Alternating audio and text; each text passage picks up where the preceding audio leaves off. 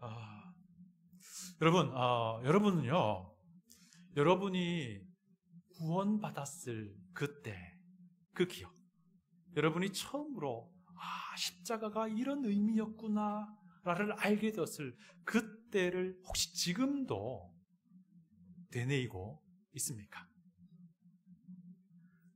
저는요, 지금도요, 제가 처음 구원받았던 그때를 기억해 냅니다. 처음 예수님의 그 십자가가 도대체 어떤 의미인지 알게 되었을 그때를 계속 기억을 합니다. 십자가의 의미를 알게 되었을 그때, 나를 하나님께서 하나님의 자녀로, 하나님의 그 거룩한 백성으로 부름 받으셨다, 불러주셨다라는 것을 알게 되었을 바로 그때를 계속해서 저는 떠올리게 됩니다. 그럴 때마다 제 마음에 감격이 있고 기쁨이 있고 감사가 마음속부터 막 솟아나는 것을 저는 경험합니다. 여러분, 그때에 우리는 과연 그럴 만한 자격이 있었습니까? 없었습니다. 나에게 그럴 만한 자격이, 나에게 그럴 만한 조건이 단 하나도 없었습니다. 그건 지금도 여전합니다. 내 안에 나를 구원할 만한 그 어떠한 자격도 어떠한 능력도 없습니다. 내 안에는요, 감히 내 자신을 하나님 앞에 내세울 만한 그 어떠한 것도 없습니다. 여러분 믿으십니까? 네. 그래서 우리가 이렇게 말하는 것 아닙니까? 하나님이 나를 구원하신 것은 오로지 은혜로 주어진 것이다.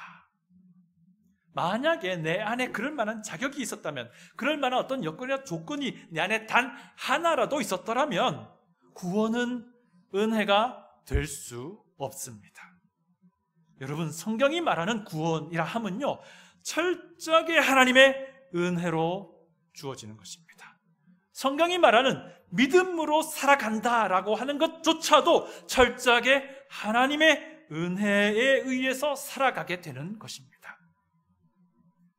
내 힘으로 구원에 이를 수 없다는 것이고요, 내 능력으로, 내 어떤 가진 무언가로 나에게 주어진 이 믿음의 삶을 걸어 나갈 수 없다라는 것입니다. 왜냐하면 나 자신은 철저하게 부패한 죄 덩어리 자체이기 때문입니다.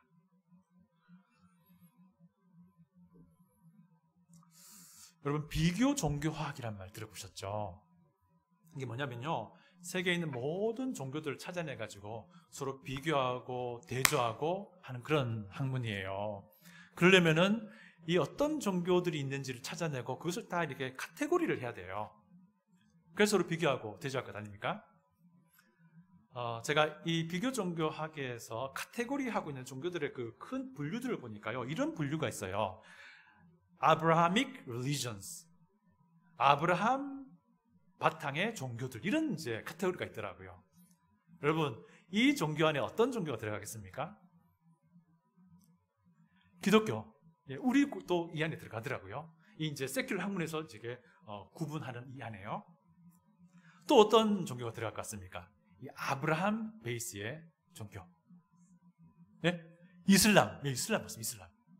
그리고 또 굉장히 소수이긴 하지만 우리가 알만한 종교 그룹 중에서는 유대교, 유대인들도 여기 이제 포함이 되더라고요.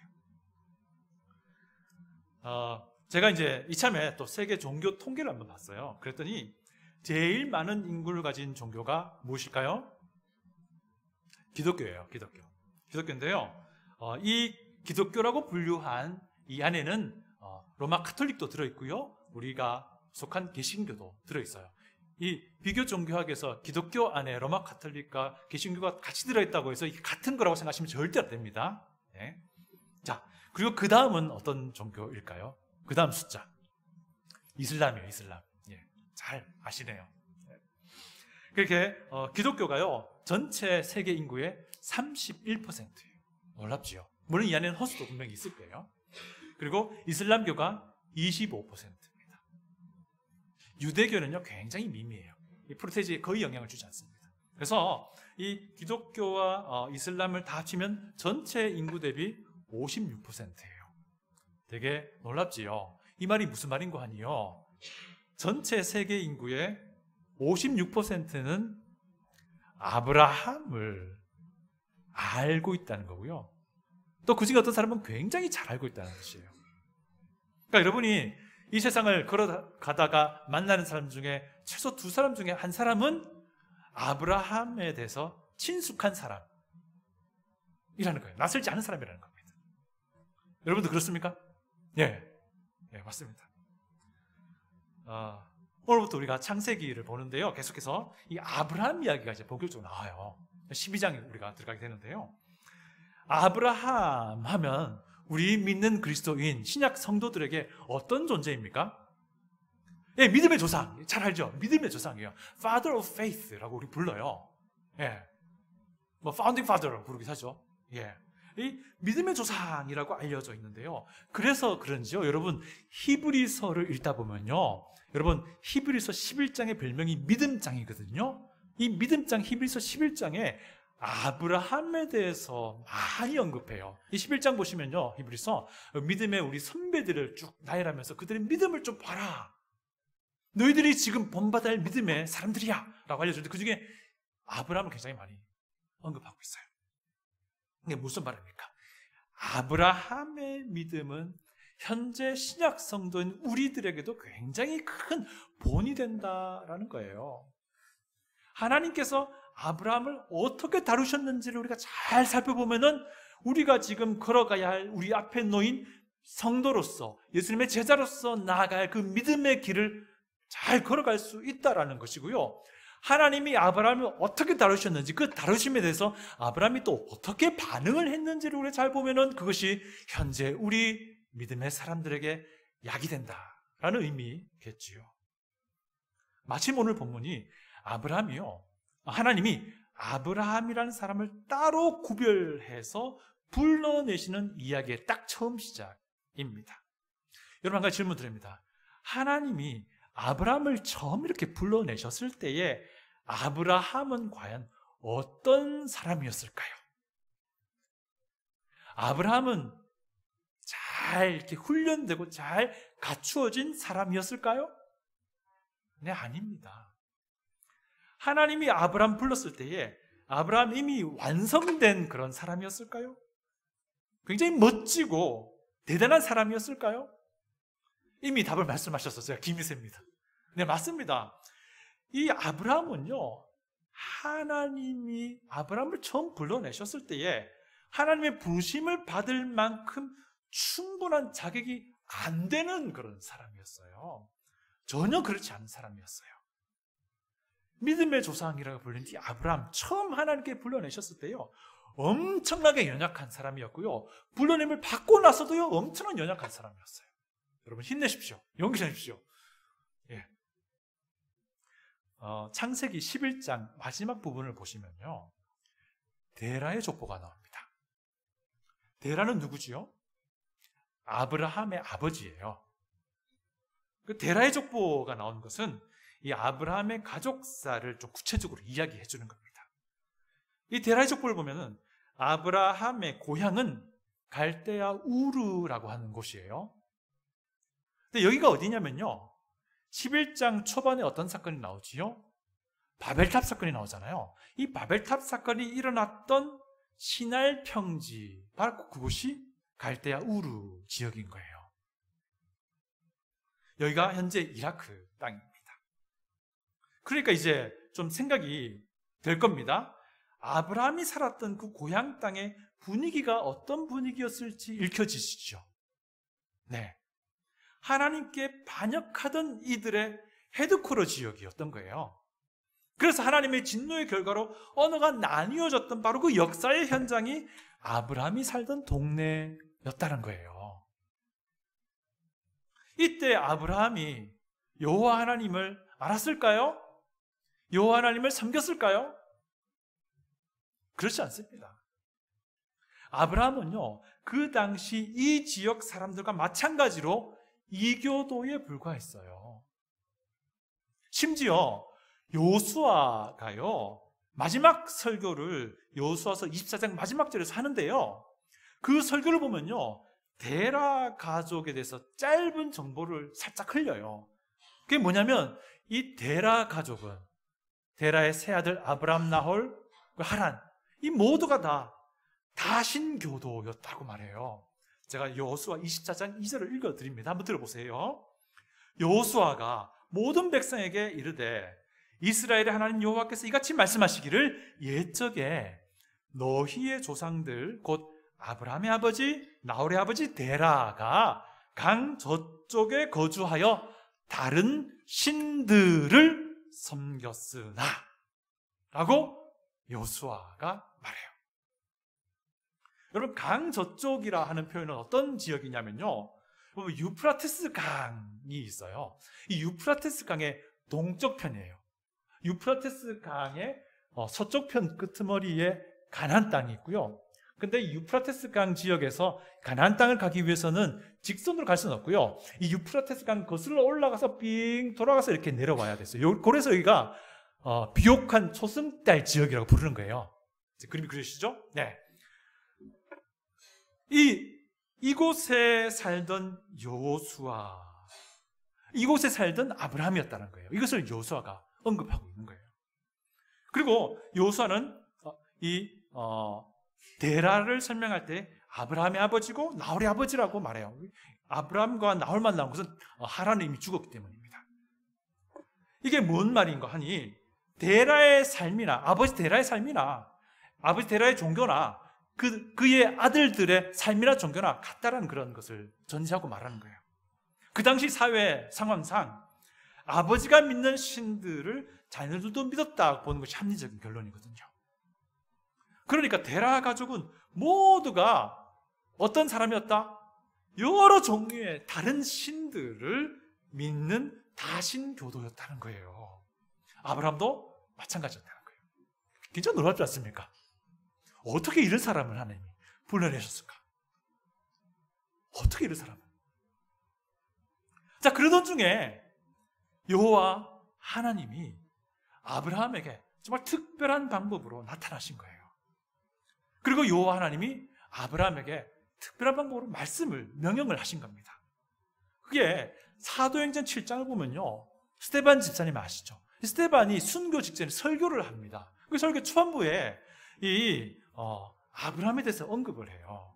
사도행전 7장 2, 3절인데 제가 읽어드릴 테니까 한번 들어보세요. 스데반이 어떻게 아브라함을 설명하는지요. 스데반이 이르되, 여러분 부형들여 들으소서. 우리 조상 아브라함이 하란에 있기 전 메소포다미아에 있을 때에, 여기가 갈대아 우르를 말합니다, 영광의 하나님이 그에게 보여 그에게 나타나셨다는 것이죠. 이르시되 내 고향과 친척을 떠나 내가 너에게 보일 땅으로 가라 하시니라 라고 말씀하셨다는 겁니다. 그게 뭐냐면 데라 가족이 하란이라는 곳에 도착하기 전의 이야기라는 거예요.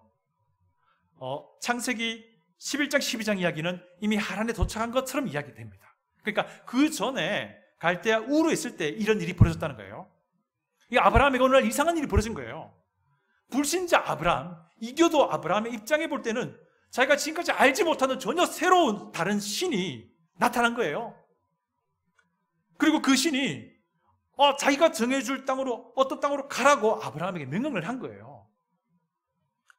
그런데 아브라함이 이 일을 겪고 나서 보니까 이 갑자기 나타난 이 어떤 다른 존재가 진짜 하나님이시구나, 유일하신 창조주시구나 라고 여겨지게 된 거예요.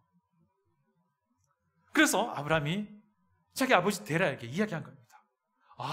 유일하신 창조주께서 나에게 찾아왔습니다. 나를 부르십니다 라고 말을 한 거예요. 그런데요, 그 당시 상황을 한번 생각해 보십시오. 그 당시 갈대아 우르에서 유일신을 주장한다는 것 자체가 어떤 의미겠어요? 그 사회에서 완전히 단절되고 매장된다는 의미였어요. 어떻게 보면 데라는 제가 볼 때는 굉장히 사려 깊은 아버지인 것 같아요.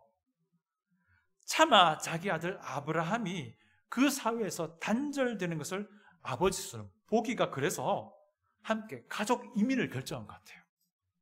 대단한 아버지죠, 그죠? 여기 계신 아버지 다 그런 아버지 되시기 바랍니다. 그래서 데라가 온 가족을 데리고 갈대아 우르를 떠나게 된 거예요. 그래서 유프라테스 강을 따라서 북서쪽으로 이민을 쭉 따라 올라간 겁니다. 그래서 도착한 곳이 일단 하란이라고 불리는 곳이었어요. 근데 하란은요, 여전히 이 유프라테스 강의 동쪽에 맞닥뜨려 있는 도시였어요.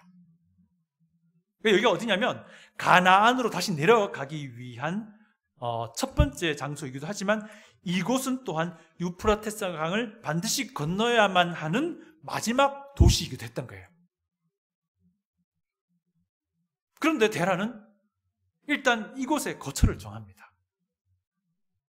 창세기 11장 31절을 보십시오. 데라가 그 아들 아브람과 하란의 아들인 그의 손자 롯과 그의 며느리 아브람의 아내 사레를 데리고 갈대아인의 우르를 떠나 가나안 땅으로 가고자 하더니 하란에 이르러 거기 거류하였으며. 이게 무슨 이유인지는 성경에 밝히진 않지만요, 가나안을 향해 가던 중 가던 중에 하란에서 이들이 머물게 되었다는 거예요. 그런데 심지어 데라는요, 이 하란에서 생명을 마치기도 합니다. 이게 왜 그랬을까요? 여러분, 데라로서는요, 자기가 갈 수 있는 바로 끝까지 갔다고 생각한 거예요. 이게 뭐냐면요, 이 메소포타미아 지역, 그러니까 유프라테스 강 동쪽편 칼데아 우르 땅에 살던 이들이 이제 메소포타미아 문명이라고 하는데요, 이곳에 살던 이들이 이 유프라테스 강을 건너서 서쪽을 지나간다라고 하는 의미는 자기의 모든 삶의 근원을 단절시키고 떠난다는 그런 의미였던 거예요. 메소포타미아 삶, 자기가 평생 살아왔던, 자기가 발을 디딜 수 있고 발 삐을 수 있는 그것을 완전히 뒤로 하고 새로운 걸 시작한다, 그런 의미였던 거예요. 그런데 이 문제에 있어서 데라는 결단을 못한 거예요. 아마도 데라에게 있어서는요, 이 하란이라고 하는 도시가 마지막 안전지대였을 거예요. 자기가 그래도 발을 좀 비빌 수 있는 마지막 안전지대였던 거예요. 그런데 여러분, 데라에게는 이 하란이란 도시가 안전지대였을지는 몰라도요, 하나님에게 하란이란 도시는 그냥 회색지대에 불과했어요. 이게 뭡니까? 순종하는 것도 아니고 순종하지 않는 것도 아닌 이상한 시츄에이션인 거예요. 이게 떠나긴 했는데 그냥 멈춰버린 거예요. 마지막 발 비빌 수 있는 바로 그곳에서. 이게 뭡니까? 결론적으로 보면 순종이 안 된 거죠. 예, 맞습니다. 이것이 데라의 한계였던 거예요. 근데 문제는 사실 이제 아브라함이에요. 왜? 데라는 그럴 수 있다 칩니다. 아브라함은 그럴 수 없어요. 왜냐하면 갈대아 우르에 있을 때 하나님께 명령받은 이가 누굽니까? 아브라함이잖아요. 그러니까 하나님께 어떤 명령 받습니까?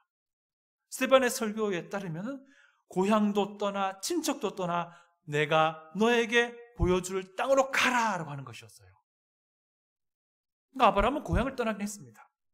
그러나 아직 친척을 완전히 떠나지는 못하고 있죠. 그의 형제들과 함께 하란에 있는 것이죠. 그리고 하나님이 아브라함에게 보일 땅으로 가는 길도 아직 현재 진행형이었던 거예요. 그래서 이거는 뭐냐면 아브라함은 하란에 머물고 있으면 안 되는 그런 상황이었던 거예요. 그런데 아브라함은 왜 하란에 계속 머물러 있었을까요? 이유를 잘 모르겠습니다. 글쎄요, 아버지의 그 사려 깊은 그 처사에 고마운 마음 때문에 아버지와 끝까지 함께하고 있었는지도 잘 모르겠습니다. 그럴 수도 있겠다 싶긴 합니다. 하지만 어쨌든 아브라함은요, 분명한 하나님의 명령을 받았습니다. 그리고 그 명령은 아직 성취가 안 된 거예요. 그런데 그럼에도 불구하고 아브라함은 이것도 저것도 아닌 상황에 그냥 자기 자신을 그냥 내가 맡겨버린 꼴이 되어버린 겁니다. 뚜렷한 결정을 하지 못하고 그냥 우왕좌왕하는 꼴이 되어버린 거예요. 하나님 보시기에. 이게 무슨 믿음의 조상입니까? 믿음의 조상이라 하기는 너무 불안한 사람이죠. 그래서 창세기 12장 1절에서 하나님이 과거 갈대아 우르에서 명령하셨던 그 명령을 한 번 더 아브라함에게 알려주시는 거예요. 그것이 창세기 12장 1절입니다. 우리 다 같이 한번 읽어볼까요? 창세기 12장 1절 시작. 여호와께서 아브라함에게 이르시되 너는 너의 고향과 친척과 아버지의 집을 떠나 내가 내게 보여줄 땅으로 가라. 여러분, 한 가지 눈에 띄는 것이 있지 않습니까? 하란에서 명령한 이 명령하고요, 갈대아 우르에서 명령했던 명령이 거의 똑같아요. 한 가지 다른 부분이 있습니다. 그게 뭐냐면요, 하나가 추가됐어요. 아버지의 집을 떠나야 한다는 것이 추가되어 있어요. 이게 무슨 말입니까? 아브라함이 하란에서 아버지 데라와 함께 머물러 있는 것 안 된다라는 하나님의 경고 메시지가 추가된 거예요. 그러니까 하란이 문제였던 겁니다. 하란. 이제 몇 가지 좀 교훈을 찾아보고 사는데요. 이 하란이 오늘날 우리에게 주는 상징적인 의미가 두 가지가 있습니다. 첫 번째는요, 하란이 우리 그리스도인에게 주는 상징적인 의미가 첫 번째는 뭐냐면요, 우리 신앙의 삶, 신앙 가운데는요, 신앙생활 가운데는 회색지대라는 것이 있을 수 있다는 거예요. 우리의 실제의 믿음의 삶을 들여다보면은 그래서는 안 되는데 실제로 들여다보면은 이 회색지대라는 것이 존재하더라라는 거예요. 여러분, 우리의 모습을요, 솔직하게 잘 관찰해 보면요, 그런 게 있어요. 예, 불순종하는 건 아닌 것 같아. 그런데 또 순종하는 것도 아닌 것 같아. 이럴 때가 있다는 겁니다. 그렇지 않습니까? 오늘 목장모임에서 이런 거 한번 구체적으로 한번 나눠보세요. 잘 생각해 보면요, 이 애매한 모습이 우리에게서 관찰이 됩니다. 애매해요. 여러분, 이것은요, 이런 애매한 태도는요, 사실 19은 사실은 순종하지 않는 거예요. 그렇게 보시는 게 맞아요. 또 우리 모습을 잘 관찰해 보면요, 이런 경우도 있더라고요. 내가 마땅히 해야 할 일을 하기는 하고 있는데 완전하게 하지 않아요. 진짜 애매한 경우가 있어요. 이것도 한번 목장 모임 다 나눠보세요. 구체적으로 어떤 것이 있는지. 이 애매한 부분이 분명히 있어요. 여러분, 이것은 우리가 마땅히 해야 할 일을 하는 건가요? 하지 않는 건가요? 하지 않는 거라고 보는 게 맞아요. 여러분, 그런데요, 사실 우리는요, 이런 애매한 경우에 대해서 잘 알고 있다는 겁니다. 이 뭐가 온전한 건지 아닌지 잘 알고 있어요. 뭐가 애매한 스탠스인지 잘 알고 있단 말입니다. 무엇이 완전하게 행하는 것인지 좀 불완전한 것인지 잘 알고 있어요, 우리는요, 사실. 그런데 우린 또 동시에요, 타협의 대왕들이에요. 타협. 이것도 해야 되고 저것도 나는 해야 되니까 나는 여기까지만 해도 충분해. 나는 그냥 태생이 이런 사람이니까 이걸로도 난 충분히 지금 하고 있는 거야. 내가 원래 이런 사람이니까 이걸로 충분한 거야. 내가 아무리 생각해봐도 지금 내 상황에서 할 수 있는 건 이게 다야. 그러니까 여기까지만 해도 난 최선을 다하는 거야. 충분한 거야. 라는 거죠. 이런 식으로 우리는 스스로 생각하고 결정해요. 여러분, 그거 아십니까? 이렇게 해서 내가 스스로 타협안을 만들어내는 거예요. 심지어 어떤 일이 벌어지냐면요, 이 타협안을 스스로에게 각인시킵니다. 세뇌시켜요. 계속 이거 잘하고 있는 거야. 잘하고, 난 괜찮은 거야. 괜찮은 거야. 이런 일이 계속 이어지면 어떻게 됩니까? 이것이 그냥 정상이라고 스스로 생각하게 돼요. 여러분, 여기까지 가지 마시기 바랍니다. 여기까지 가시면 정말 힘들고 답이 없습니다. 아브라함도 마찬가지였던 거예요. 아브라함이 아버지 데라를 따라서 하란까지 이민을 왔어요. 가나안 땅까지 가는 그 여정에 약 3분의 2를 온 거예요. 아버지 데라의 애매한 이 하란에서의 그 태도에 대해서 아브라함은 이제 말할 수도 있습니다. 왜? 3분의 2까지 왔잖아요. 떠나왔단 말이에요. 그런데 아브라함은 그럼에도 불구하고 그 아버지의 이 애매함에 대해서 그냥 침묵을 지키고 있습니다. 이게 무슨 말입니까? 아버지 데라의 그 애매함에 자기도 동조한다는 거예요. 그래서 이런 상황에 하나님이 한마디를 더 추가하신 겁니다. 아버지의 집을 떠나가라 라고 말입니다. 야, 애매한 거 더 이상 보기 싫어 라고 하나님이 아브라함에게 말씀하신 거예요. 이 애매함에 대해서 예수님은요, 요한계시록에서도 라오디게아 교회를 책망하지 않습니까? 우리 잘 알잖아요. 제가 요한계시록 3장 15절 16절을 읽어드리겠습니다. 잘 들어보십시오.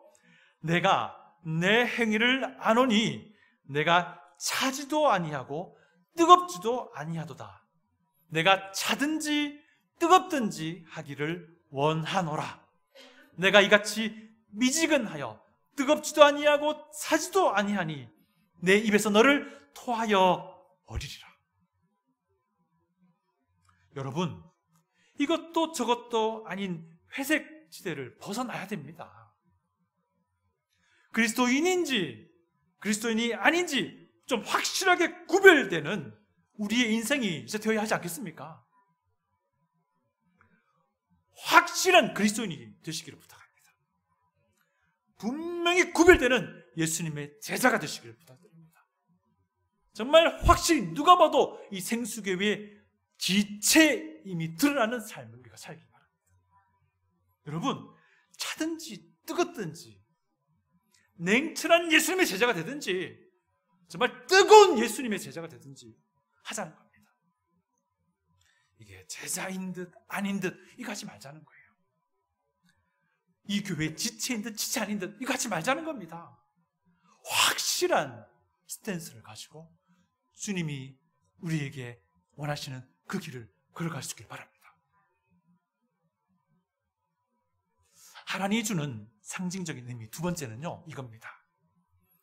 내가 기댈 수 있는 모든 것이 사라질 때 진짜 신앙이란 것이 시작된다는 거예요. 하란은 이미 설명이 되었지만요, 데라 가족이 기댈 수 있는 육신적인 마지막 버팀목이었습니다. 하란은요, 데라 가족이 평생 살아왔던 삶을 붙들 수 있는 마지노선이었어요. 마지노선. 하란을 떠나서 이제 유프라테스 강을 건너 서쪽으로 내려와서 남쪽으로 내려 가나안으로 간다는 것은요, 그동안 데라 가족이 기댈 수 있는 그 인맥과 리소스를 이제 포기해야 되는 그런 결정이었던 거예요. 그동안 자기가 알고 있었던 모든 그런 기회들을 다 포기해야만 하는 것.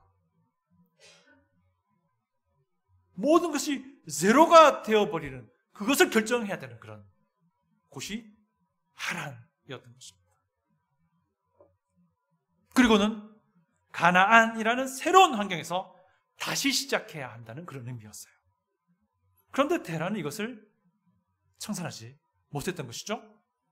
문제는 아브라함도 어정쩡한 태도였던 것입니다. 그래서 하나님이 말씀하신 거예요. 아버지 집을 떠나서 내가 너에게 보여줄 그 땅으로 가라 했던 겁니다. 이것이 무엇을 의미합니까?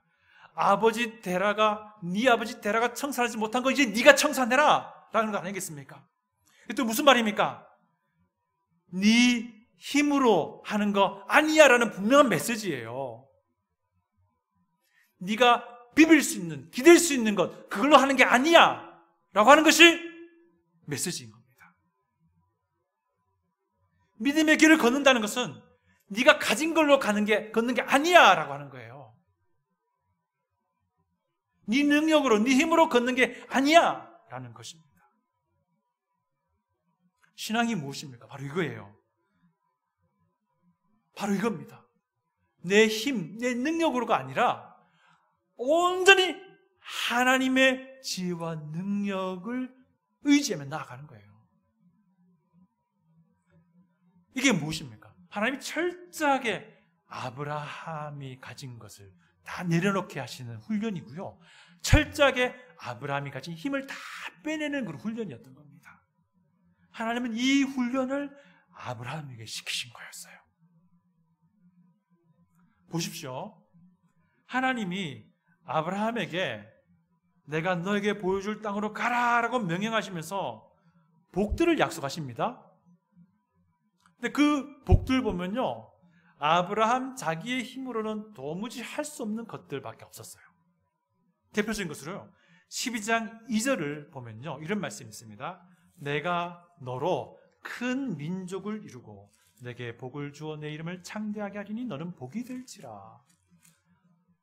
한 가지만 본다면요, 내가 너로 큰 민족을 이루고 라는 복을 약속해 주세요. 그런데 이것은 무슨 말입니까? 이 큰 민족이 되려면은 필수적으로 아브라함에게는 자녀가 있어야 돼요. 그런데 아브라함은 자녀가 없었습니다. 심지어 자기 아내 사레가 불임이었어요. 여러분, 데라의 족보를 말하고 있는 이 부분에 참 희한하게 사레는 불임이었다라는 것을 언급하고 있어요. 보시면요, 11장 30절이에요. 사레는 임신하지 못함으로 자식이 없었더라라고 데라의 족보에서 사례를 설명하고 있습니다. 그리고는 12장을 넘어옵니다. 이게 무슨 말입니까? 하나님이 애초부터 아브라함이 보기에는, 아브라함이 생각하기에는 말도 안 되는 소리를 하신 거예요. 이게 무슨 뜻입니까? 하나님이 아브라함을 부르신 그 애초부터 야, 내가 이제 이 훈련 너 시킬 거야 라고 하는 겁니다. 네 힘으로 되는 거 아니야. 이 훈련을 계속 시키겠다는 사인 아니겠습니까? 하나님이 아브라함에게 네 아버지 집을 떠나서 하란을 떠나서 유프라테스 강을 건너서 가라 라고 명령하신 것도 이 훈련의 연장선이었던 거예요. 여차저차해서 아브라함이 가나안 땅에 도착합니다. 아브라함이 처음 머문 곳이 세겜 땅이라고 합니다. 12장 6절인데요. 우리 다 같이 한번 읽어볼까요? 12장 6절입니다. 시작. 아브라함이 그 땅을 지나 세겜 땅 모래 상수리 나무에 이르니 그때에 가나안 사람이 그 땅에 거주하였더라. 여러분, 하나님 말씀하신 그 땅을 왔어요. 가나안 땅이었습니다. 세겜 땅에 처음 일단 장막을 폈어요. 그런데 그곳은 이미 가나안 사람들이 터를 잡고 살고 있는 곳이었어요. 주인이 있는 땅입니다. 이게 무슨 말입니까? 이미 주인이 있는 땅으로 데려다 놓고서는 이 땅을 준다? 이게 말도 안 되는 거잖아요. 아브라함은 이제 비빌 데가 이제 없어요. 하란에서 잠깐 모은 재산이 다예요. 이게 무슨 말입니까? 이게 무슨 말입니까? 너 나만 따라와. 너 나만 따라와. 이겁니다. 네 힘으로 하는 거 아니야. 이거 지금 알려주는 거예요. 아무런 연고도 없는 외지인이 갑자기 튀어나와가지고 여기가 내 땅이요 하면 그게 말이 됩니까? 안 되잖아요. 이 말이 안 되는 것을 하나님 이루시겠다는 거예요. 그 말은 야, 네 힘으로 하는 거 아니야. 네 능력으로 하는 거 아니야. 이 메시지인 겁니다. 12장 7절 봅니다. 여호와께서 아브라함에게 나타나 이르시되 내가 이 땅을 내 자손에게 주리라 하신지라. 자기에게 나타나신 여호와께 그가 그곳에서 제단을 쌓고 라고 말합니다. 네 힘으로 안 된다는 거 이제 잘 알겠지? 이 메시지 아니겠습니까? 이것이 믿음의 길을 가는 거야 라는 메시지인 거예요. 나만 따라와. 내가 해줄게. 이거였던 겁니다. 너는 앞으로 계속해서 이 훈련 받을 거야. 그래서 네가 네 스스로를 믿음의 조상으로 빚어가는 게 아니고 내가 너를 앞으로의 모든 믿는 자들의 믿음의 조상으로 빚어나갈게. 이 메시지인 것입니다. 여기에 응답하는 마음으로 아브라함이 세겜 땅에서 처음 제단을 쌓은 것입니다. 그렇게 하나님께 예배를 드린 것이에요. 사랑하는 성도 여러분, 이것이 믿음의 원리입니다. 내가 하는 것이 아니라는 것입니다. 하나님이 하는 것이라는 겁니다. 내가 나를 빚어가는 것이 아니고 하나님이 나를 빚어가시는 것. 왜? 나에게 나에게는 이것을 할 수 있는 능력이 없기 때문이에요. 우리가 할 일은 전적으로 나를 이끄시고 비적하실 그 하나님을 무한 신뢰하는 겁니다. 하나님이 하시는 그 말씀을 경청하는 거예요. 하나님이 하시는 말씀이 무엇인지 정확하게 알아먹는 겁니다. 그리고 그 말씀에 내 자신을 그냥 맡겨드리는 겁니다. 이것이 우리가 할 일입니다. 그래서 하나님은요, 아무런 자격 없고 아무런 능력 없던 이교도 아브라함을 불러내신 거예요. 그래서 그는 또 조금이라도 기댈 곳이 있었던 하란마저도 떠나야 했던 겁니다. 전혀 새로운 곳, 비빌 곳이 전혀 없는 가나안에서 도무지 하나님을 의지하지 않으면 안 되는 그곳에서 시작시킨 겁니다. 여러분, 이것이 믿음입니다. 이것이 신앙입니다. 우리도 마찬가지였어요. 우리도 마찬가지였습니다. 아무런 자격 없고 아무런 능력 없던 우리를 하나님이 예수님의 그 십자가 안에서 구원해 주셨잖아요. 이 똑같은 원리 아닙니까? 그리고 나서 우리를 내 백성이라고 불러주셨어요. 그리고 내가 너를 내 백성으로 빚어갈게 라고 우리에게 약속해 주십니다. 우리가 할 일이 무엇입니까? 그냥 하나님이 그 빚어가시는 대로 맡겨드리면 되는 거예요. 그러기 위해서는요, 내 힘을 다 빼야 됩니다. 내 가진 거 다 뒤로 놓을 줄 알아야 됩니다. 내가 가진 고집 다 내려놓을 줄 알아야 돼요. 그리고는 하나님이 어떻게 빚어가시는지 우리가 알아야 될 거 아닙니까? 하나님의 말씀을 경청해야 됩니다. 그거 들어야 돼요. 그리고 하나님의 말씀이 정확하게 무엇을 의미하는지 알아야 되는 거예요. 그리고 그 말씀을 따라가는 것입니다. 여러분, 이것이 신앙입니다. 이것이 신앙의 삶이에요. 이것이 하란마저도 떠나는 신앙입니다. 나의 모든 것이 다 폐기 처분된 것.